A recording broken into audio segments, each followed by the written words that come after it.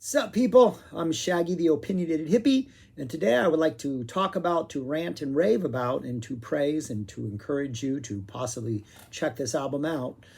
Cat Power's latest release, the 1966 Royal Albert Hall concert. Yeah, it's Cat Power sings Bob Dylan. Literally, she is about a year ago, I think it was November 2022, she did a concert in which she performed Bob Dylan's live at the Royal Albert Hall. The 1966 concert which was actually at the Manchester Free Hall or something like that, right? Is that the name of it? The Manchester Free Hall, I think is what it, Free Trade Hall. And so she just replicated that performance. Dylan's performance had an acoustic half and an electric half. Cat does an acoustic half and an electric half, does the exact same set list in the exact same order. And if you're a fan, if you know who Cat Power is, I think you can understand how she is maybe one of the few vocalists or one of those rare vocalists who can actually do this album justice and like deliver on the promise of trying to like, obviously not capture, because she's definitely, it's a whole different approach to the album, a whole different vibe. She's not going for this like, the second electric half is not an in-your-face defiant moment, you know, by a generational icon. But this is if you know Cat Power, or if you've seen her live or have followed her career, she's covered Dylan before. She's an avowed Dylan fan, and this album is just imbued with a love of Dylan from an artist who is not literally just trying to replicate what Dylan did on stage, but is taking those songs and like making them her own, while at the same time pretty much staying true to like the overall sort of melodies of the songs, the arrangements of the songs. There are moments in each song where you're like, oh, I like the way she did that line, or I like her take on those lyrics. But for the most part, all the songs are recognizable. Like, she's not dramatically reworking them, or you're not like going, what the heck is this? Like, she's staying true to the spirit of the songs, but very much putting herself in them.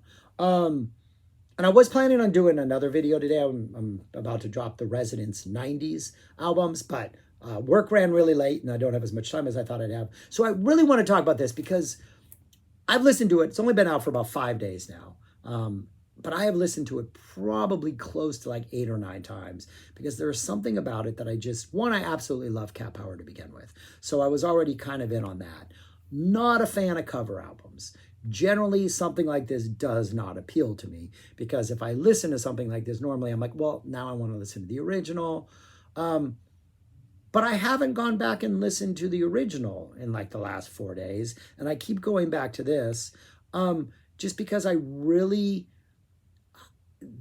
I feel like the songs are not cover songs. I feel like these songs are almost like listening to an artist like a Frank Sinatra, or like, I don't listen to Michael Bublé, but listen to like a more traditional singer, like a crooner who's taking traditional songs and making them their own. And usually those kind of singers don't dramatically alter the song. You know, they're staying true to the melody that everybody knows. They're just putting their own sort of unique spin on it. And I feel that's exactly what Cat does.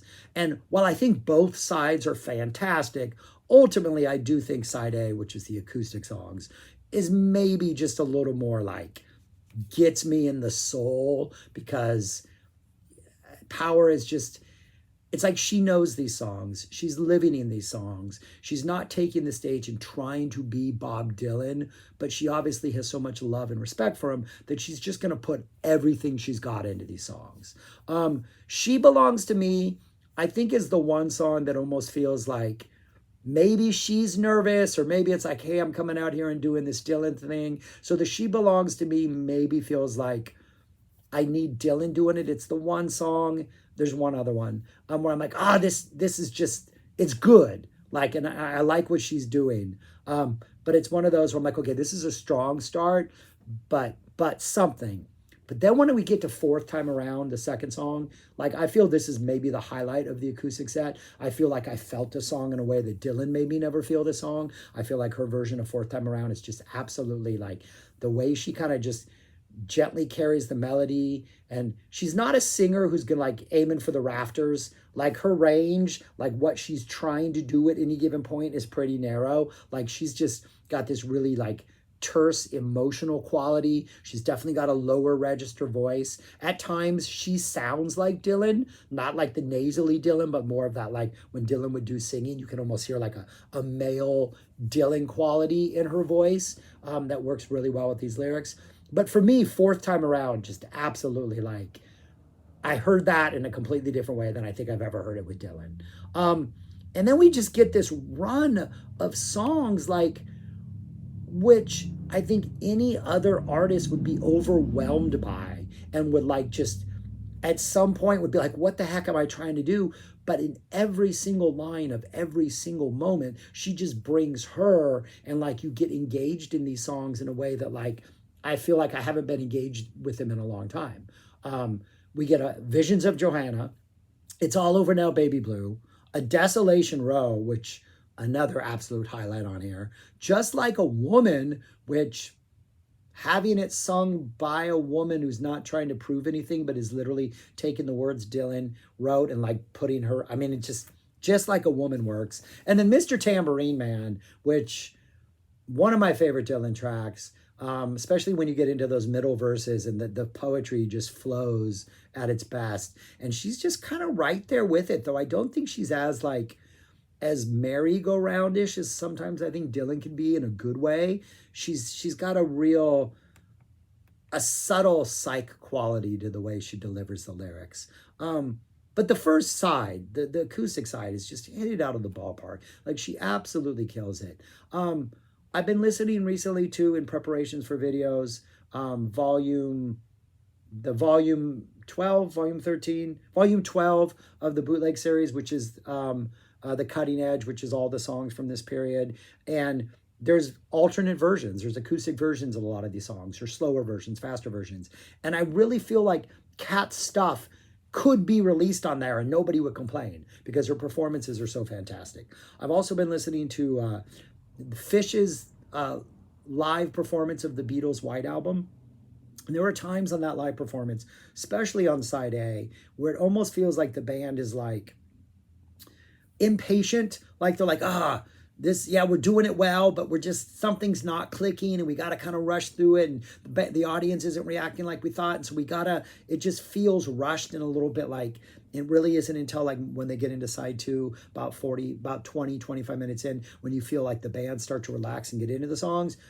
The only one I feel that with is She Belongs to Me, and which feels a little bit, but then everything after that, like Kat is all in. Fantastic. Disc 2, we get the electric set. The band kind of sounds like the band. Kat's band kind of sounds like that band. Has this really nice, clean Americana, like 60s roots rock type vibe. Definitely doesn't have quite a wild Mercury sound that Dylan has on like the albums, say like a Highway 61. But it does have just this bare bones, almost skeletal rock band that's just bringing the goods. And the performances, another instance of it, the band knows these songs. And even from the very beginning, from the opening Tell Me Mama, which again, it feels like at the very beginning of Tell Me Mama, I almost think like, at times I'm like, is Kat going to be able to pull this off? Like, is her voice, because she doesn't have a Janis Joplin just take over. She's got a voice that like, if you have a rock band behind her, she's not riding on top of it. She's channeling all the energy of the rock band into her voice. And then what she says, like channeling that into the emotions of her delivery or just the quirks of her delivery. And the very beginning of Tell Me Mama, I'm a little bit like, all right, maybe she can't do this. But then we get to that line where it's just like, what is the line? I can't remember. It's like, it's about 3. You say you love me. It's once we get in, there's a line about 30 or 40 seconds in, and I don't think it's the Tell Me Mama line, where all of a sudden there's like attitude and there's a little bit of snarl in there. I'm like, oh, okay. Yeah, she's got this. We're going to be okay.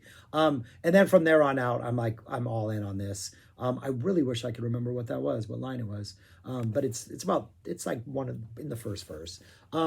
But then we just get the rest of the show and it's performed spectacularly. I Don't Believe You, She Acts Like We Never Have Met is not quite as aggressive as it is on the Dylan thing. Dylan's electric set definitely has a lot more fire and electricity just because of the times and the fact that there are audience members literally heckling him while he's performing it. We don't get that here. We get an audience that's like dead quiet and loving every moment of it. So the energy in the room is completely different. But Power and the band managed to somehow match the energy in a good way and bring really solid performances. You get I Don't Believe You. We get a really good Baby Let Me Follow You Down. That's fun. Just like Tom's Thumb's Blues, which kind of reminds me of one of the versions I just heard on that Cutting Edge release. It's just a little more, I don't know, just a little more comfortable, a little more, I don't know. I really like it. A leopard skin pillbox hat, which has a little bit of vitriol in it, which I like. A great One Too Many Mornings. I do think maybe because they are, I don't know if they're lesser tracks, but maybe like deeper cuts.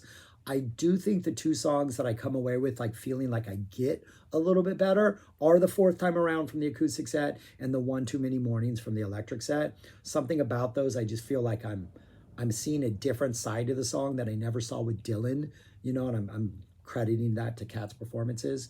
Ballad of a Thin Man, which has just great energy about it, just feels really just just really kind of slinky and dirty and low. And then the closing, Like a Rolling Stone, which feels more, definitely not as raucous and defiant as obviously Dylan's version, you know, which was after the Judas. He said, play it fucking loud type thing. It definitely feels more like a celebratory dance at the end, you know, like a fireworks show. We're going to do Like a Rolling Stone and there's going to be fireworks. Has more of a celebratory feel out of it at the end of it instead of this defiant type thing. But yeah, it's a fantastic release. I'm covering it because Dylan, Frank Zappa makes Dylan references. Frank Zappa met with Dylan. There's a whole bunch of Frank Zappa Dylan connections, obviously. And so this falls under the umbrella of Zappa because it's Cat Power's covering Dylan, who had connections with Zappa. But if you're a Dylan fan, I highly recommend this. Like, Cat Power is an awesome artist to begin with.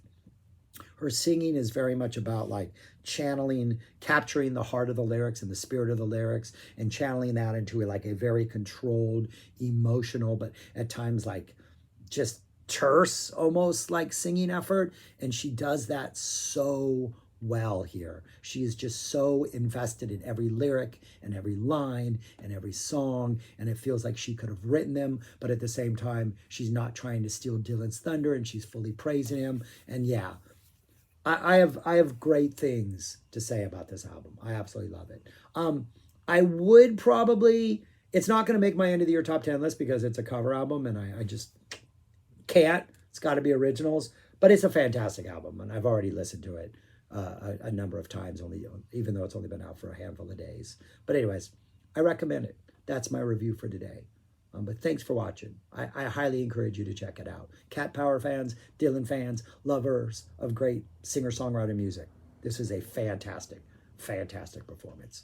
Cat Power sings Bob Dylan, the 1966 Royal Albert Hall concert. And that is my review of it. Check it out. Subscribe, like, share, comment below, all that stuff. And peace. Talk to you later.